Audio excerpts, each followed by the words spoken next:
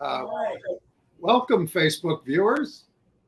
You are in for a treat today because this is Andy Hum, even though Ann is not with us, and that's sad.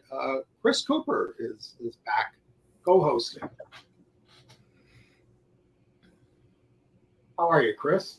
I'm hanging in, Andy. How are you? I'm fine. We're going to talk a little bit at the outset of the program about your recent activities. Oh, I've been busy. I know you've been a busy guy. Whew. And you know, we should be nearing retirement at our ages. I'm turning 70 next month. Congrats! You gonna do anything special? Huh? No, I'm not doing anything special. No, I'm specifically not doing anything special. Oh, okay.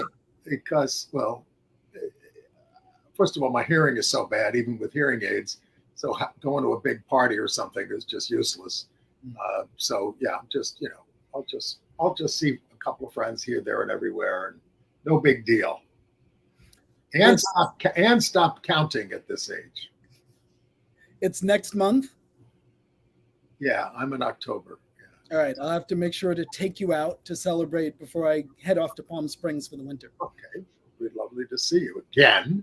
It was nice to see you last night, and to now finally own a hardcover book, a copy of your book.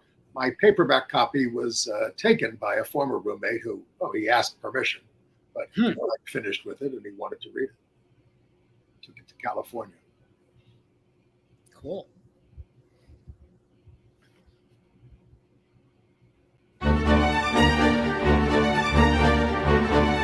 And we have to really escalate the noise we make so that we'll be heard.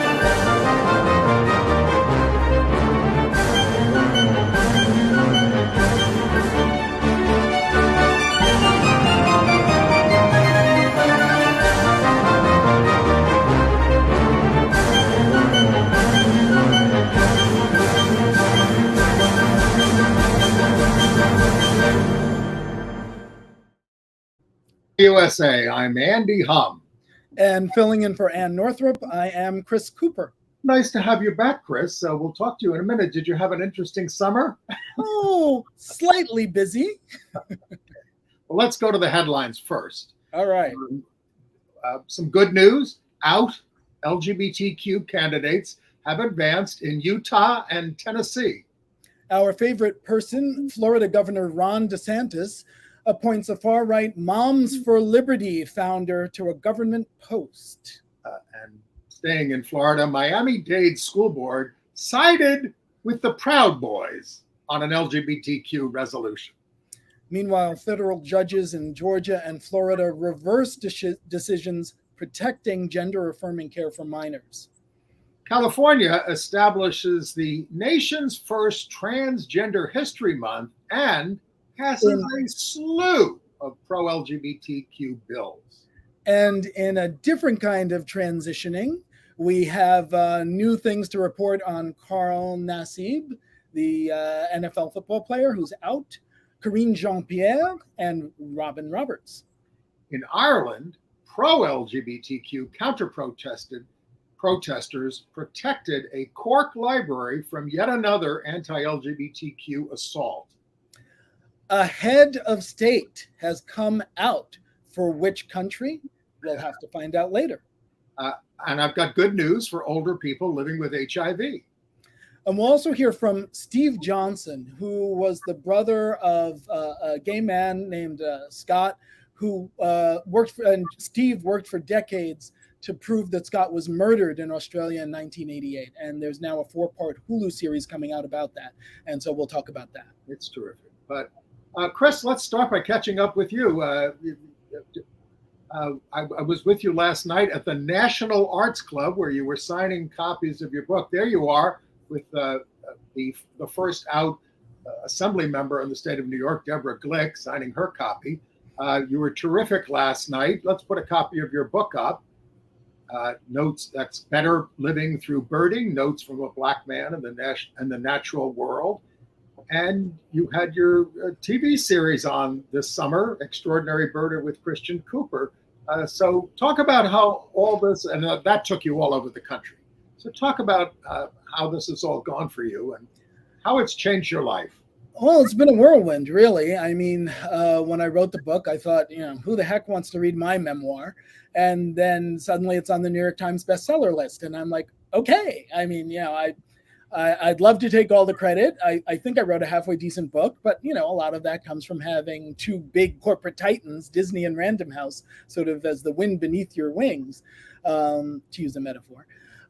But yeah, no, it's been very exciting. I've got to go a lot of places, meet a lot of people, and just the reception has been so warm for both the book and for the TV show, which is still running. You can still stream it on Disney Plus, and we're waiting to find out if we get a second season. So fingers crossed. I'm looking for. I was going to say, this took you to Puerto Rico, New York City, boldly going to the top of the George Washington Bridge to look at some birds. Hawaii, Palm Springs, Washington, D.C., and Alabama. How did it feel being gay and Black in Alabama these days? Well, that's my favorite episode, actually, for just that reason, because, I'm a Northern boy. My family is Northerners for a couple of generations, but you go far enough back in the history of any African Americans, and our roots are in the South. And my dad's side of the family actually came from Alabama, but I'd never been. So actually, a year before the show, I had gone at the invitation of Alabama Audubon because I'm like, I'm not going to get a better chance to go and see what it's like. And it was so eye-opening. Walking across the Edmund Pettus Bridge was just mind-blowing, where, all that civil rights history went down and where our people were beaten bloody on Bloody Sunday. Just the being in that context, being Black and gay, and then meeting other people, both, being in Birmingham, where I was shocked that, there were rainbow flags and the windows everywhere. But then when you really think about it, that's the way it is in a lot of the country. The big cities are blue, but they're surrounded by the sea of red in the countryside. So, it was really instructive in a lot of ways. And the collision of things, bird-related and race-related and family-related, which you wouldn't think would happen, and yet there they were. And so that was really a fascinating experience. Well, and we were able to recreate it for the TV show. We're all thrilled for your, the exposure that you're getting, because you're bringing a lot of messages. You're integrating a lot of things into your book and into your TV series. That yes, of course, the TV. It's a lot of it is about birding, but it's about a lot more social history in this country. And it's a memoir. And so it's it's not a book about birding, though birding is shot through it because that's shot through my life. But then I also try to put things in context. I talk about the history of Central Park and, how African racism and African American history are bound up in that park. So yeah, Central Park used to be a Black settlement, essentially, in New York. And they had to clear out when the park was built in the 1850s. Okay, speaking of New York, we marked the 22nd anniversary of 9/11 catastrophe here, and at the Pentagon and in Shanksville, Pennsylvania. Now, the president attended the last two. Up at Ground Zero was the vice president, with even Rudy Giuliani and Ron DeSantis in New York for that. But Trump attended none of the ceremonies, because if he can't be the center of attention, he wants none of it. Right.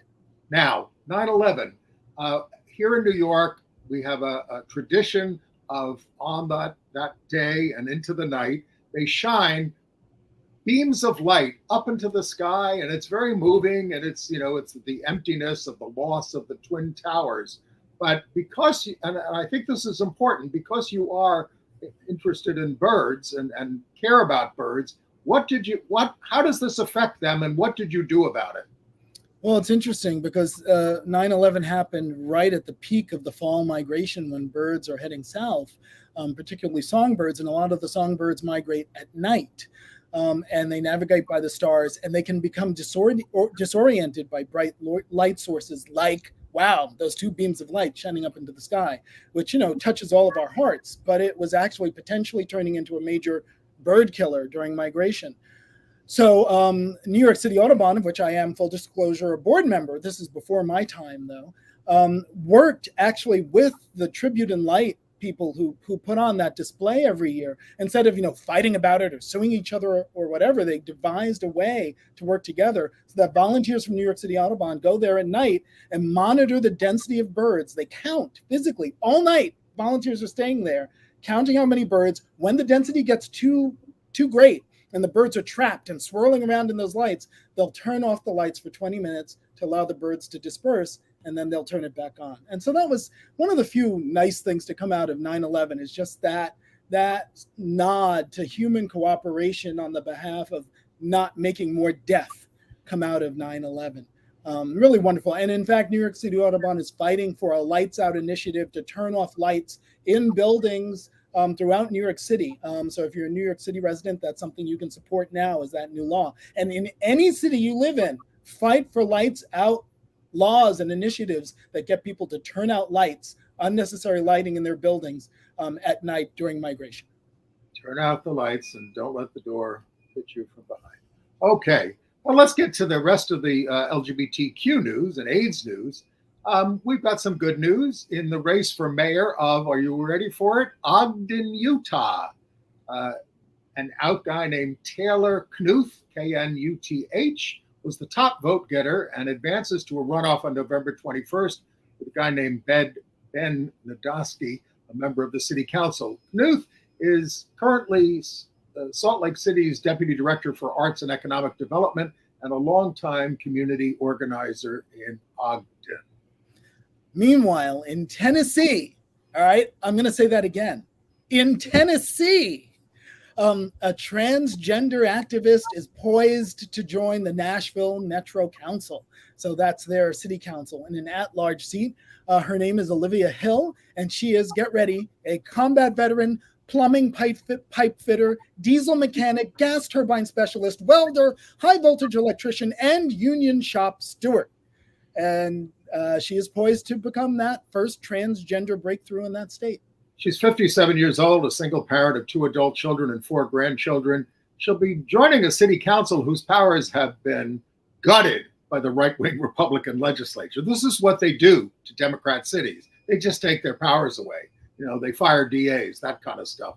And of course, she famously won a discrimination suit against Vanderbilt University. She was the senior supervisor of the power plant, and they were trying to get rid of her because she was trans, and she won. She's completing her book chronicling her life with gender dysphoria and her transition, which began in 2018. All right, we've got a bunch of Florida stories. Let's get to one of them. Ron DeSantis, he's sinking in the polls for the Republican nomination, but he still thinks the path to victory is to run to the right of Trump. This week, he appointed the co-founder of the Ultra Right-Wing Moms for Liberty, Tina Descovich, to the Florida Commission on Ethics, which guarantees that DeSantis' own corruption will not be investigated. Moms for Liberty are leaders in book banning and protesting LGBTQ inclusion and discussions of race in schools. It's a grass tops group heavily funded by right-wing plutocrats. Descovich herself was defeated for school board in 2020 in Brevard County by Democrat Jennifer Jenkins, who worries about political retaliation from the Ethics Commission now, which is stacked with PACs. Well, and it's something, we'll see repeatedly in a lot of these stories. And obviously, if you watch Gay USA regularly, Andy, you and Ann talk about it every week, how it's the normalization of these extreme right-wing radicals and how they're being brought into the actual machinery of government by these guys who are racing to the bottom to prove just how conservative they can be because they have their eye on a higher office and know you can't get there without the extreme base of the Republican Party behind you. So it's really, really making things ugly. And one place where it stayed ugly is in Miami. The Miami-Dade School Board actually voted not to honor LGBTQ plus History Month this year. They came to the same determination last year. It was a vote of 5-3 to decide not to recognize it, but it was particularly contentious this year. A lot of back and forth between the two sides, and the presence of Proud Boys there standing by to intimidate people who wanted to speak. So more than 100 people had signed up to speak and to be heard. And meanwhile, you have these bully boys. keep that picture up. These Proud Boys show up with T-shirts that say "Shoot your local pedophile." Shoot your local. I mean, it's look. I mean, nobody's in favor of child molestation. And the nerve that one of them has, I'm seeing one of them has the nerve to have Uhuru, Swahili for freedom, written on their shirt. I just want to smack that word off them. Well, most of them are wearing masks. Also in Florida, the Federal Department of Education's Office of Civil Rights has opened up an investigation into that Christopher Rufo. He's the right-wing nut who anti-LGBTQ campaigner and racist campaigner, in his role as trustee appointed by DeSantis of the new college in Sarasota, for removing gender-neutral signs from restrooms, which students tried to replace, defunding DEI and gender studies programs, and his misgendering the former DEI director. Now, this, of course, is the kind of conflict that Rufo, welcomes with the Biden administration. Complaints against Rufo were filed by students, faculty, and staff.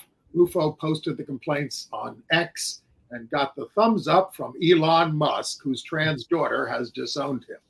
I will be quite honest. I refuse to go to Florida and have for the last 10 years.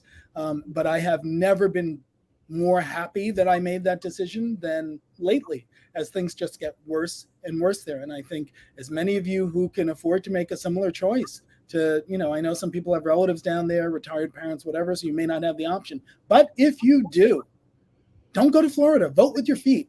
I've stopped drinking orange juice. I drink pomegranate juice now instead. It's better for you.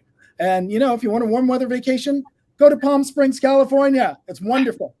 Okay. Speaking of California, a county in San Bernardino halted the policy of the Chino School District. A county judge in San Bernardino halted Chino School District, dominated by the religious right.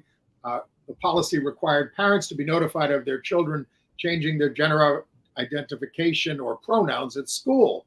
The response to the lawsuit versus Chino by the state attorney general, Rob Bonta, Judge Thomas Garza questioned how the policy protects students. You say you're doing this to protect students, or you're protecting, And while we're in California and while we're talking about students there, California lawmakers sent a whole bunch of pro-LGBTQ school bills to the governor. One of them is aimed at prohibiting school districts from banning LGBTQ-themed books and curriculum. So that's the opposite approach of Florida. That's authored by gay assembly member Corey Jackson. It prohibits the censorship and removal of books, instructional materials, or curriculum resources that the state law requires to be reflected in instruction. Newsom is expected to sign it. There's another bill, a Safe and Supportive Schools Act, that's authored by gay assembly member Rick Chavez-Zabur. I'm not sure if I pronounced that correctly, but I hope I did. And it mandates that teachers and credentialed staff who serve public school pupils in grades 7 to 12 annually take at least 1 hour of online training in LGBTQ cultural competency, beginning in 2025 to 2026. So in other words, they'll know something about us so that they know how to treat us with respect. Wow, shocking. And then another bill in the slew of bills that has gone over to the governor, the Senate approved or adopted by a 32-7 vote a law that requires K through 12 schools in California to provide at least one accessible all-gender restroom for students to use safely and comfortably during school hours. That was sponsored by State Senator Josh Newman. So, really good things for schools happening in California, in marked contrast to places like... There are about 10 other LGBTQ bills that they passed, and I'm going to link to it in our email. You can go to gayusatv.org and sign up for our weekly emails, and we'll send you that link and a preview of the show. My favorite bill that they passed, and we did this in New York City too, it requires all single-use restrooms in businesses and restaurants to be gender neutral. I mean, I've always wanted this because you sometimes go to the back of a restaurant and there's single-use restrooms, one marked men, one marked women, and somebody's holding up one and you have to wait for your own gender thing. It's ridiculous. We all use the same restroom at home. Quite honestly, I think that was de facto happening anyway. People weren't waiting. If it was single use, they would just use whatever restroom was free. So I wasn't waiting. I got yelled at once in a while. But in California at Cajun Valley School District, which is in San Diego County, they asked teachers there to remove LGBTQ safe space posters from classrooms. How much can you hate these kids? Yeah, no, that's Speaking of books, did you watch this video? At a Senate hearing, Senator John Kennedy of Louisiana read really sexually graphic excerpts from All Boys Aren't Blue and Gender Queer, two of the most controversial books in libraries. So if the books are banned in your library or school, you can at least find the best parts in the congressional record. all right. Well, sticking to California just a little bit longer, California lawmakers voted to end the travel ban to states with anti-LGBTQ laws. There's a lot of reasons for that. I think the main one is that there are just so many states with anti-LGBTQ laws. It's more than half the states now. It's 26 states. So I think it became kind of untenable. The way they're spinning it is that it was hampering California's ability for outreach to try to counteract some of these anti-gay laws, and also hampering their ability for other state progressive policies like paying for travel for women seeking an abortion to come to California and get one from a state that has now banned abortion. So that's why they voted to ditch that. Gavin Newsom, I don't think has said how he's going to land on that. So we have to wait and see. And then also in California, there was, they declared the first Transgender History Month. And we have some video on the press conference about that. Good afternoon, everyone, and welcome to our press conference announcing a statewide Transgender History Month in the state of California.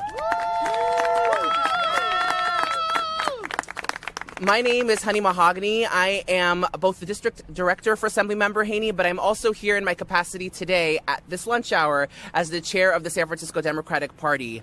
And let me tell you that all across this country, we have been seeing attacks on the trans community, but it's not just in other states. Even here in California, where we have a sanctuary state, where we have an overwhelmingly Democrats representing us in the Capitol, we are still seeing acts of violence, still seeing attempts at legislating against our community. And so it's really important to us that we stop spreading misinformation about the trans community and take this opportunity to actually tell the truth and educate people about who we are and what we need. And so without further ado, I want to bring forward to the stage somebody who is a champion for the trans community, someone who I've had the honor of working with for many, many years.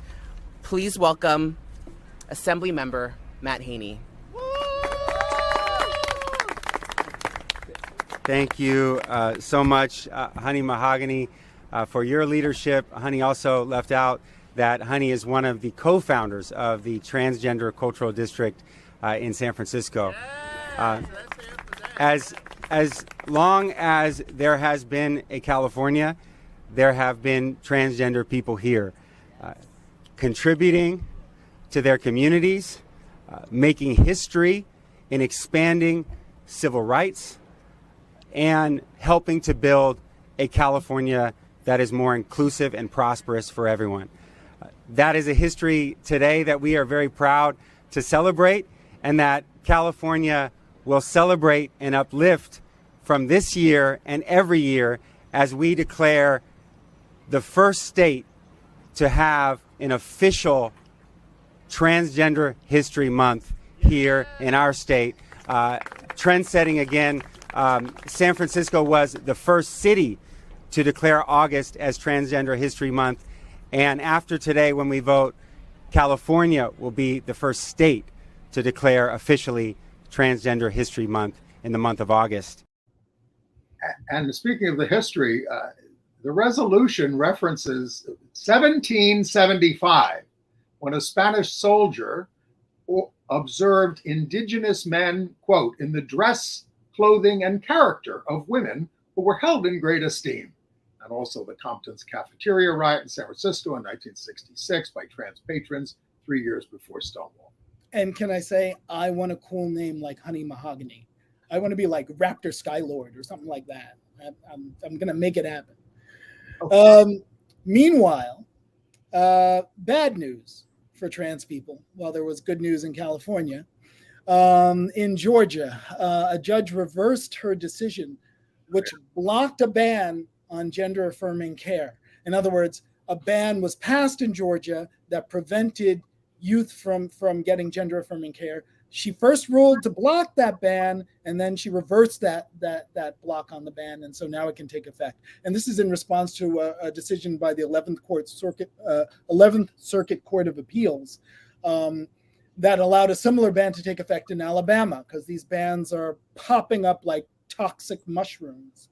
And really, I have to say, this is sort of really they've really mastered or really sort of absconded with our playbook, with the gay and lesbian playbook. When, we got all these states to pass bans on conversion therapy, quote unquote, reparative therapy on youth in order to protect youth. They've flipped that script on its head and are having way too much success with that, saying, oh, this is to protect youth, to keep them from getting gender-affirming care. Of course, the difference being that reparative therapy, quote unquote, conversion therapy, is not recognized by medical authorities as having any kind of efficacy. In fact, it's harmful, whereas gender-affirming care is recognized as medically necessary. So, and the decisions by the courts have gone back and forth. Some of them are still on hold from some of the red states. Others are. So this has got to go to the Supreme Court at some point.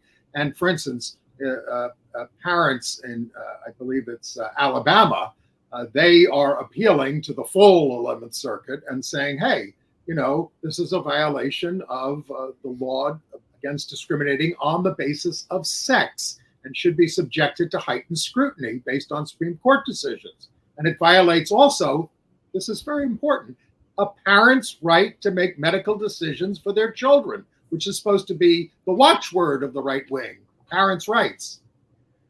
It always shocks me because, they act as if there aren't gay parents, as if there aren't gay queer kids, and when they say they're trying to protect children and they're for parental rights. Well, not everybody's. Makes me very angry. Let's go back to talking a little bit more about books. The Florida Department of Education has banned the children's book, Christian, the Hugging Lion. It's about two men who raise a baby lion in their London apartment. No mention of sexuality in the book. The couple is not identified as gay. The authors of the book sued back in June over the banning of their And Tango Makes Three, about two penguins fostering an egg. But the right wing now sees homosexuality under every rock. It used to be communism, but now it's us. It's very painful.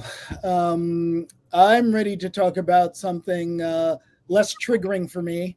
If you're ready to talk about Carl Nassib. Let's finish up with a bit, just a couple of other state news things. All right, if you don't mind, before we let's do that. We get to all of our transitions. First of all, I want to say, all these abortion bans are driving doctors out of the states that have them because, they're just fearful that if they help with a high risk pregnancy, they're going to go to jail. So that's happening around the country, like in Idaho and other places. And the Center for Reproductive Rights is suing in Tennessee, Idaho, and Oklahoma on behalf of women who were denied abortion care in medical emergencies, similar to a suit brought in Texas. So, this is what's happening. Okay, now let's see. Maybe we should talk about Pennsylvania.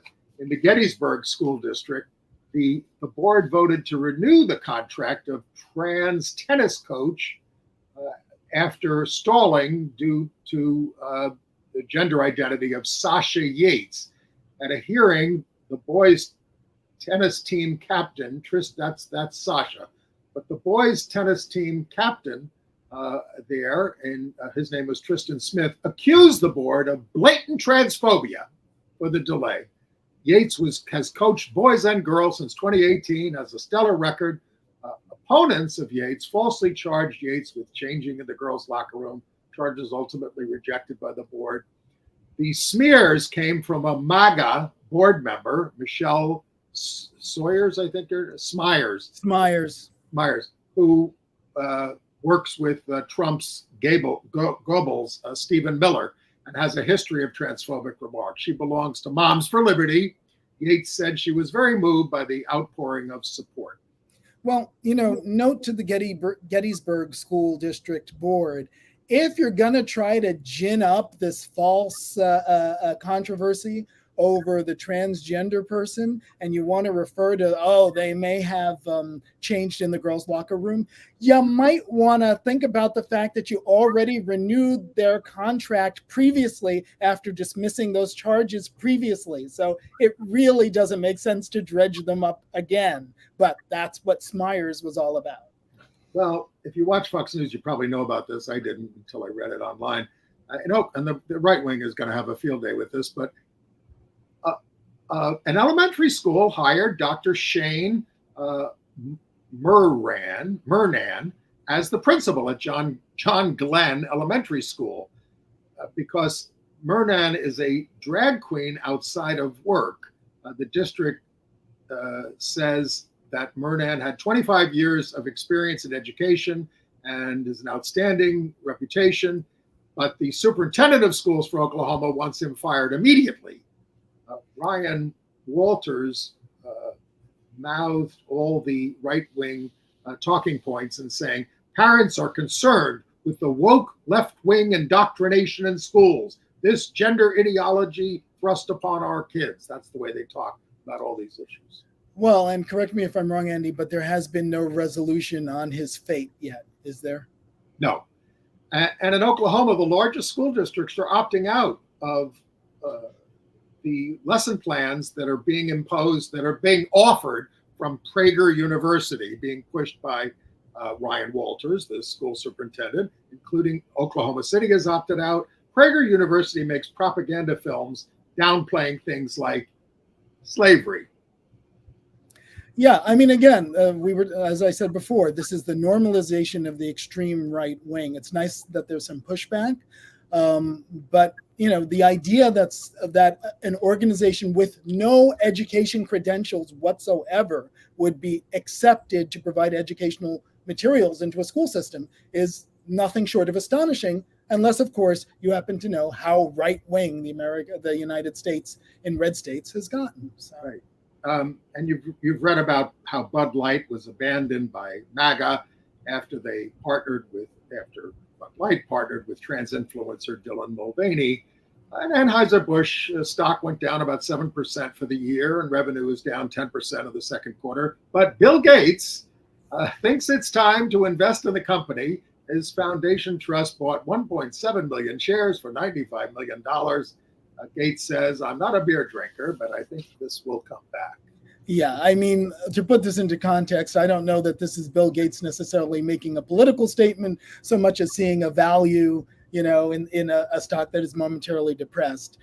So far, it hasn't paid off for him. The stock has continued to slide 2% since he bought it.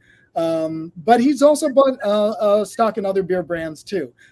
He bought $1 billion worth of shares in Heineken Holdings. So, I think it's just an investment for him. But, let's get to our transitions. I'd like to start with the civil liberties lawyer, Sarah Wunsch.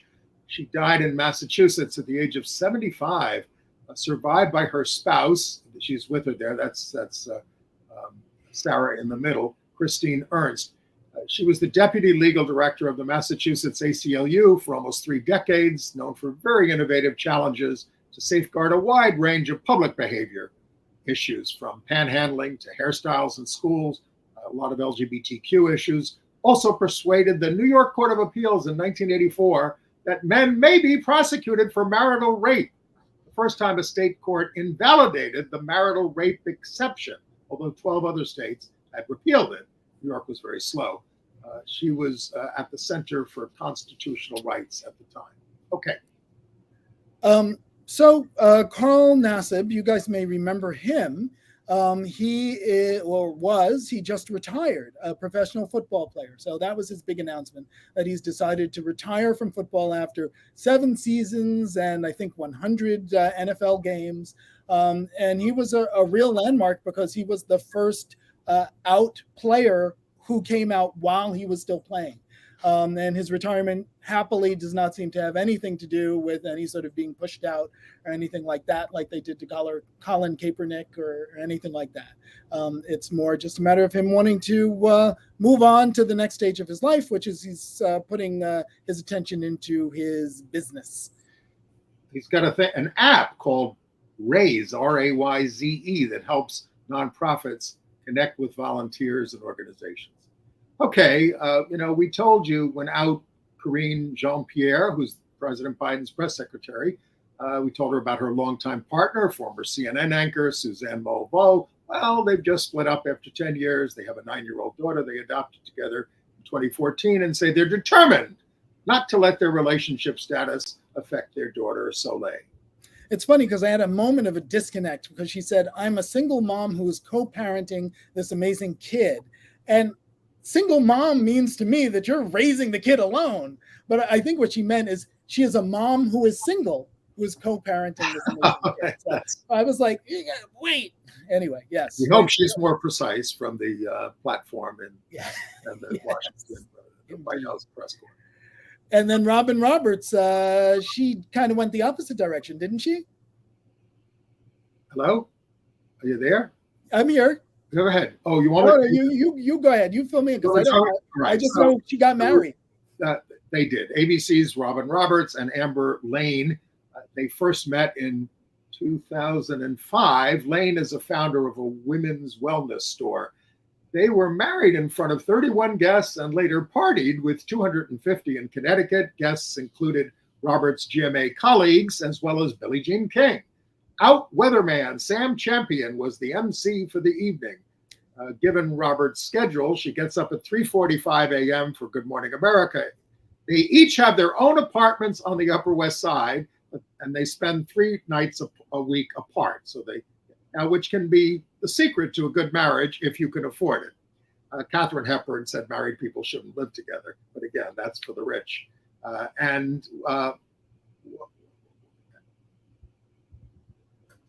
Okay. I'm not going to talk more about Katharine Hepburn, other than the fact that she was a lesbian and she was only briefly married to a man. Anyway, okay. International news? Sure. So Ireland is kind of facing some of the cultural vicissitudes that we're getting in this country with attempts at book banning and stuff like that. And there's been pressure on the Irish library system to ban some books. And in fact, in Cork, Ireland, the library had been shut down by right-wing protesters twice in a row. Well, they tried to do it a third time, and they were met by hundreds of pro-library, pro-LGBTQ protesters who formed a human shield around the library to block the protesters and keep the library open so that they could perform their normal functions. And that's just a fabulous thing to see, as you can see in the photo. It was, I'm glad they're standing up to it. They're not closing letting the library be closed because of some protesters. That's ridiculous. All right, in the United Kingdom, the right-wing Home Secretary from the Conservative government, Suella Braverman, she's attacking the police for what she calls their activism and lack of impartiality for doing things such as dancing and fraternizing with LGBT activists at Pride. Well, and waving the Progress Pride flag, she said, that symbolizes highly contested ideologies. She seems to want to go back to the days when the police turned their backs on us when we marched past them in the LGBT marches. It's an indication that Prime Minister Rishi Sunak, who also has shifted right on trans issues, wants to run on culture war issues as he sinks in the polls. It's a familiar story. Braverman also complained that some police took a knee at Black Lives Matter protests and apologized for past institutional racism. All these things, she said, damage public confidence in the police, when the real problem, of course, is police misconduct Well, exactly. to LGBTQ people and Black people. We were targeted for so long, both as Black people and as LGBTQ people. And so the idea that, the police showing a bit of compassion and humanity towards us is somehow taking sides is, I'm not even going to go on because it's going to make me angry. I'm trying not to get angry this show. I'm trying to stay happy and upbeat. I have a happy, upbeat piece of news coming from a country where their prime minister just came out as gay. I'm going to give you a second to guess. The country is Andorra. There are several in the world, but this is the latest one who just came out is the prime minister of Andorra, Xavier Espo. He said, "I am gay and I have never hidden myself." But this is his first public acknowledgement. He says, nobody ever asked me before. Exactly. So Andorra is one of the world's smallest microstates. It has a population of about 80,000 people. So we have cities that are bigger here in the States. But it has the world's largest duty-free. Yes, which brings in a lot of tourists. Three other nations on the border of France and Spain.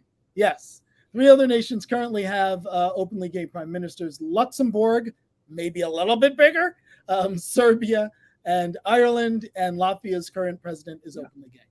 And, this certainly is progress. I mean, this is a country that got marriage equality last year, preceded by civil unions back in 2004. So it's not a backward place. In Washington, D.C., at the Nigerian embassy, a coalition of the National Black Justice Coalition, Black LGBTQ lawmakers, others, they got up there and protested the arrest of more than 200 people in Nigeria for allegedly participating in a gay wedding. And these guys who were arrested face like 14 years in prison if they're convicted. So as the state delegate, Gabriel Acevero said, instead of focusing the resources of the state on ending violence and police brutality, it is instead being used to persecute queer Nigerians. And unfortunately, this is, a pattern we have observed repeatedly in Africa, specifically Uganda, which is like one of the worst. But now it's also taking root in Ghana, which had trended slightly more liberal over the last couple of years, we are told. But now they are jumping on that anti-gay bandwagon. And they are poised to pass a law that would not only make being LGBTQ illegal, which it already is, but it would make identifying as LGBTQ, so not just the activity, but identifying or advocating for LGBTQI rights, a crime. It's being pushed by the Speaker of Ghana's parliament, a guy named Albin Bagbin, and he has vowed to have this bill passed before the end of 2023. It's called the Promotion of Proper Human Sexual Rights and Ghanaian Family Values Bill. And what makes that so ironic is that, as we know, and as you know if you watch this show regularly, it's got nothing to do with Ghanaian family values, but with Mississippi family values and Alabama family values, because that's who's gone over to Africa, these right-wing religious fanatics who failed in the States and who planted the seeds of their intolerance over in Africa, where now, regrettably, I get that, Chris, but, it's got to have, it is received. The people embrace it. They reject colonialism. And of course, a lot of these the original anti-gay laws came from the colonial powers, but they embrace this thing. They embrace these right-wing religions. So, how is it not their responsibility? Oh, no, I'm not absolving them of their responsibility, but I'm saying it's ironic that they're saying, oh, this is to promote Ghanaian family values, when in fact it's been exported, just as they say, oh, we don't want your Western values here. Well, actually, you're adopting Western intolerant values. We've tried to reason with them on that level, but it is rejected. I think the homophobia is indigenous. It's indigenous, and it's also used politically, as we all know, just the way it's used here, to whip up hate to prop up somebody's political regime. The one thing we can all do is, for example, I support an organization called Rainbow Railroad. You can look them up, rainbowrailroad.org, and they specialize in, for lack of a better analogy, an underground railroad to get the most vulnerable refugees out of these places and into safety in Western countries like Canada and the United States. So, yeah, I mean, rainbowrailroad.org is definitely worth looking into. I mean, on our Gay USA Facebook page, I'm constantly getting notes from people who want to get out of various countries from all over the world, but many from Africa, and they're just desperate at this point. All right, AIDS news. Sure. I got Really some good AIDS news. I got some good news from middle-aged and older people living with HIV. This new study shows that a statin drug lowered their risk of heart attacks and strokes by a third. There are well over 500,000 people over 50 living with HIV, and 2/3 of their deaths come from causes other than HIV. Though HIV contributes to liver disease, kidney problems, cognitive decline, some cancers, and 3/4 of them have heart disease. Under Dr. Fauci, the NIH invested $100 million into a randomized trial of this statin drug. It's called Reprieve. Fauci said the results of the study are even better than he expected. The full findings will be presented in November. So more than 40 years into the plague, the U.S. is finally paying attention to other things that shorten the lives of people with HIV. Well, and just to give a little bit more context on this, Andy, I don't think the drug is called Reprieve. I think the trial was called Reprieve. And statins are a class of drugs. So there's a whole bunch of statins. There's atorvastatin, pitavastatin, pravastatin, and their common names are very familiar. Lipitor, Crestor, their brand names, are very familiar because they are some of the most prescribed drugs in the world. They are the go-to drugs for lowering your cholesterol. And they've been around for like 40 years. They're well studied. So it's not like it's some new treatment. It's something we've had in our tool belt for a long time that doctors are super familiar with. But what the study showed was that even in people who normally wouldn't be prescribed statins, if you gave it to them, if they were HIV positive, you got that more than 1/3 decrease in mortality from cardiovascular disease, which is what gets people, if they live long enough and don't die from AIDS because they've gotten treatment, they get it from cardiovascular disease. And this is helping to reduce that. So it's a huge plus and a huge win for long-term survivors with HIV. So it's very promising. I just hope people with HIV/AIDS and the rest of us can survive the government shutdown that is looming down in Washington under Speaker McCarthy, who can't keep his caucus together. And of course, has now announced the impeachment, investigation into Biden, because even though he said he wouldn't do it unless there was a vote, he's not having a vote. But anyway, this week, protesters from the AIDS service and advocacy group Housing Works protested in his office on Monday, demanding that he reauthorize PEPFAR, the longstanding program that provides aid to 15 African nations, as well as some in Asia and Caribbean, to curb and treat the HIV virus. It has saved 25 million lives, but the right-wing Republicans want to end it unless further restrictions on funding are imposed, cutting it off to any agency that so much as counsels on abortion. 7 protesters there were arrested. Thank you for being there for us. Yes, and it's important to remember that PEPFAR was actually the first George Bush's brainchild. This was one of the good things he left us. And so it's a Republican initiative. It had bipartisan support, but somehow they've managed to tangle it up in abortion where it doesn't belong. So as with Tommy Tuberville and all the military appointments. Exactly. And, I have to say about that, everybody condemns Tommy Tuberville. I condemn the Senate for not getting rid of that stupid rule that one senator can block all action on something. That's nuts. But they don't want to give up their prerogatives, so they're letting Tommy Tuberville do this. They're letting him do this. Stop it. Well, hopefully this will push them over the edge and cause them to change that rule. And dare we even hope the filibuster that will die a fiery death? I mean, so many things need to change if we are going to have a more perfect union.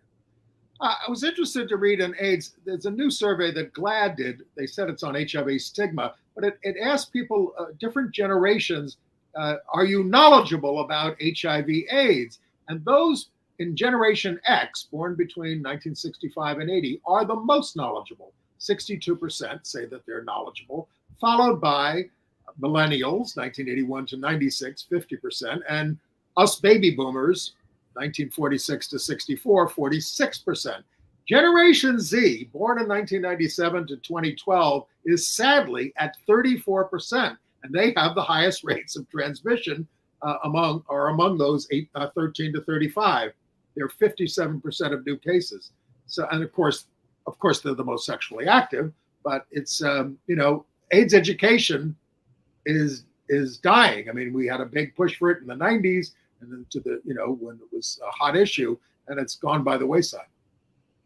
Yeah, all I can think of is that old phrase: "Those who are unaware of history are doomed to repeat it."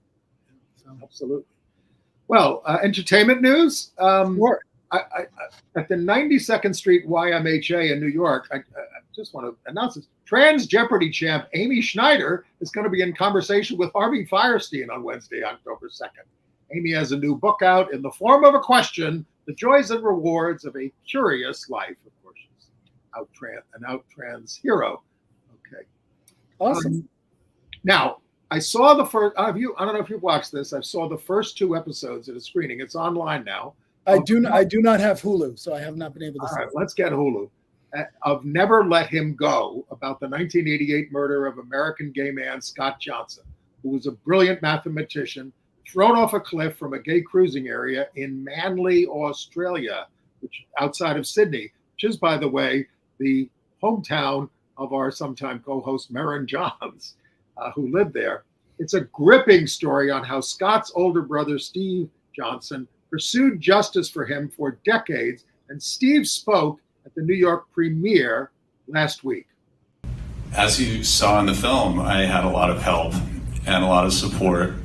I have a very loving family and group of friends, and the case just attracted more friends. I often wonder whether I have more friends in Australia than I do in the US. There's so many people that I've gotten to know and that have seen this as important and helped me. So this isn't a solo adventure of mine. It certainly seemed like something I could never let go of. Great title, by the way. And Scott would have done the same for me. It was, my son, who's very sorry he couldn't be here, and also sorry he's not in the film. He was on the West Coast and not quite as available. Ruben, who you see in the film a couple of times, and took some of the footage. I was talking to him a few years ago when it looked like we weren't going to get a police investigation. This was in 2018, before Welsford kicked off, and so I was thinking about how we would tell the story, and I thought of it in terms of the 7 samurai, except there were 12 or 15 of these magnificent people that joined forces to get us at least the conclusion that Scott died by homicide. And he said, this isn't the right story, it's really the Lord of the Rings and you're Frodo. Don't tell anybody I said this, but I'm Frodo. That you were given this mission that you had no choice about. And you attracted friends and people who helped you, and you couldn't give up because you really had no choice. And that is the way I feel. So being told that I've been perseverant, I think I credit the old police for that, the police that forced me to be perseverant because I didn't do anything for so many years. I just had to keep on working on this. And then finally, this lovely group of police in the last 5 years really got to work and fell in love with Scott and the mission they were on, and that's why they're here at their own expense in America at this premiere, and it's really pretty amazing part of the story. Never Let Him Go on Hulu now, and it is a 4-part series, and it is a terrific story. And it's so great to see, a guy like Steve, a family member, make this thing. But I want to say one thing. When he said, you were given this mission, you had to, you had to accept. You were given this mission because of what happened. But you know what? That's true of every LGBTQ person. We didn't choose to, be different or anything. We are. And when we discover it, our lives change. We are given a mission. We're going to have to spend most of the rest of our lives fighting with the rest of society over the way we're treated. I mean, I didn't set out when I was a little kid to be a gay activist, but that's the way my almost 70 years have gone. And I think it's important also to recognize that, one of the reasons why this story comes to such a wonderful, successful conclusion is because Stephen, the brother, had a lot of resources at his disposal because he was very successful in, the tech world. He had sold his company for like $100 million or something like that. So he could afford to pursue this. He was able to make the connections to politicians, American politicians who had the reach to reach down to Australia. So yeah, I don't want to give too much away, but for instance, exactly when the case is lagging, he hires the reporter who investigated the John Benet Ramsey case, who was a real, great reporter. And he sends him to Australia to stir the pot. And the first thing that the guy discovers is, although the police, when they investigated the murder, they said, oh no, this wasn't a gay cruising area. He talks to just people, the guys who work at the factory right next to the area. And they say, oh yeah, the gays are in there all the time. And they're always getting beaten up and everything like that. So the police did a terrible job in the beginning because they didn't care. Police were very anti-gay, and the amount of anti-gay violence in and around Sydney was appalling in those days. I had to refresh my memory about the case, and I don't want to give too much away about the series, but when I read the story and about the other things that had happened there around it, I was shocked at the numbers and what had been going on. So it's I'm hoping to see it. I may have to get Hulu so I can see it. Okay. All right. So now we want to hear from you about, Anne has already given us her review. We want to hear your review of Bottoms. How did I miss Anne's review? I watch Gay USA every week. Maybe I missed a week or something. I thought it was great. I loved it. Normally sex-fueled high school comedies aren't my thing, but twisted high school comedies like Heathers and Mean Girls is definitely my thing. And this has a wonderful twist in that it's from a unabashedly lesbian point of view.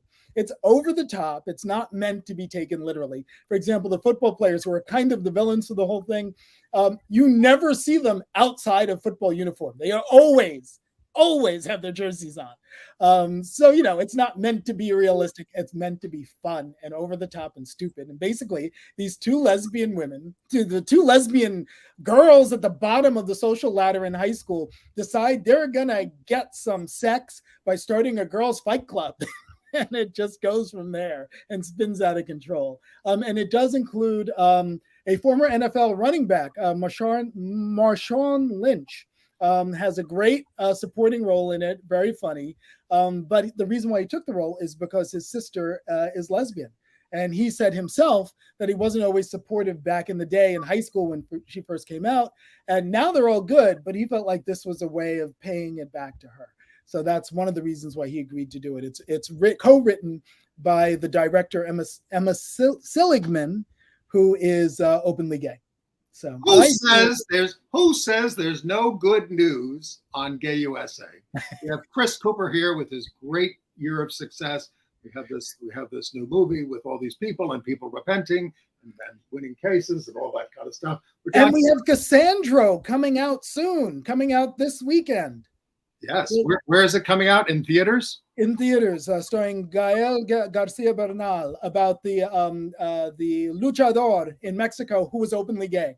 So yes, we're looking forward to that. And anything else? What's next on your agenda, Chris? Oh, who knows? I can't keep track of me. Well, it's been great to have you here. And again, Go to our website, gayusatv.org. If you support what we're doing, help us out, and or sign up for our emails at gayusatv.org. We much appreciate it.